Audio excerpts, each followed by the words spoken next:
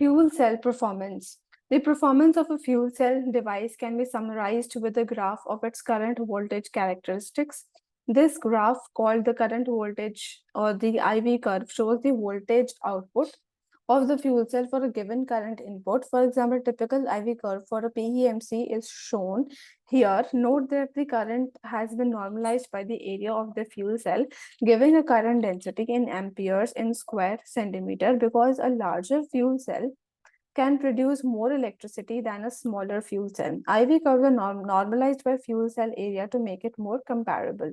The ideal fuel cell would supply any amount of current as long as it is supplied with sufficient fuel, while maintaining a constant voltage determined by the thermodynamics. In practice, however, the actual voltage output of a real fuel cell is less than the ideal thermodynamically predicted voltage.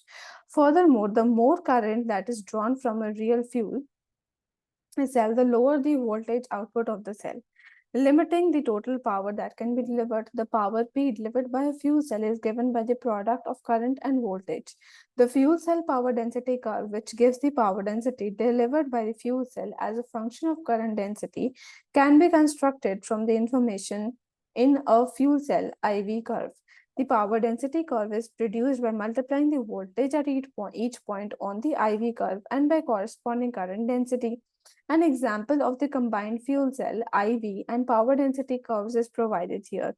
Fuel cell voltage is given on the left-hand y-axis, while power density is given on the right-hand y-axis. The current supplied by a fuel cell is directly proportional to the amount of fuel consumed. Current supplied is by a fuel cell is amount of fuel which is consumed. Each mole, so you have each mole of the fuel provides n moles of electrons. Therefore, as fuel cell voltage decreases, the electric power produced per unit fuel also decreases. In a way, fuel cell voltage can be seen as a measure of fuel efficiency. In other words, you can think of the fuel cell voltage axis as an efficiency axis. Maintaining high fuel cell voltage even under high current loads is therefore critical to the successful implementation of the technology. Unfortunately, it is hard to maintain a high fuel cell voltage under the current load.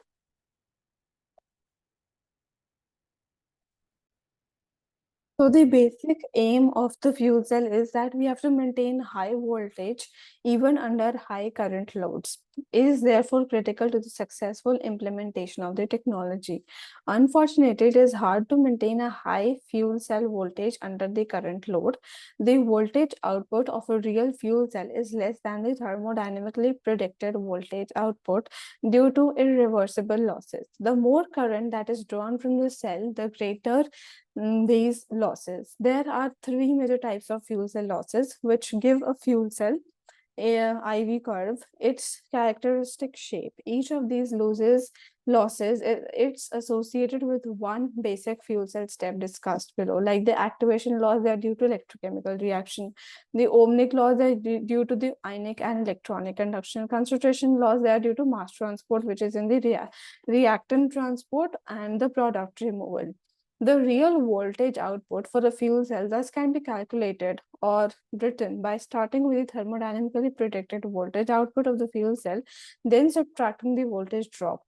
This is the which is the predicted voltage. Then you have to minus the losses. Okay. So there are three major losses, each contribute to the characteristic shape of the fuel cell IV curve. The activation loss mostly affects the initial part of the curve. The ohmic losses are more apparent in the middle section of the curve, and the concentration losses are significant in the tail of the IV curve. The equation this sets the stage for the next chapters or the next lectures. As you progress through the lectures, you will be armed with the tools needed to understand the major losses in fuel cell devices. And as this is the starting point, we will eventually be able to characterize and model the real fuel cell devices. So this is a very, very important equation which you need to learn, which is that the actual fuel cell voltage This is your actual real voltage output. This is your thermodynamically predicted voltage. These are your losses. Now we will understand the diagrams which were made here. So this is your current density and this is your fuel cell voltage.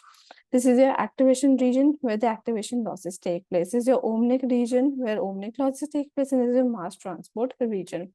This is the ideally predicted thermodynamically voltage. So the voltage decreases as we move. Okay.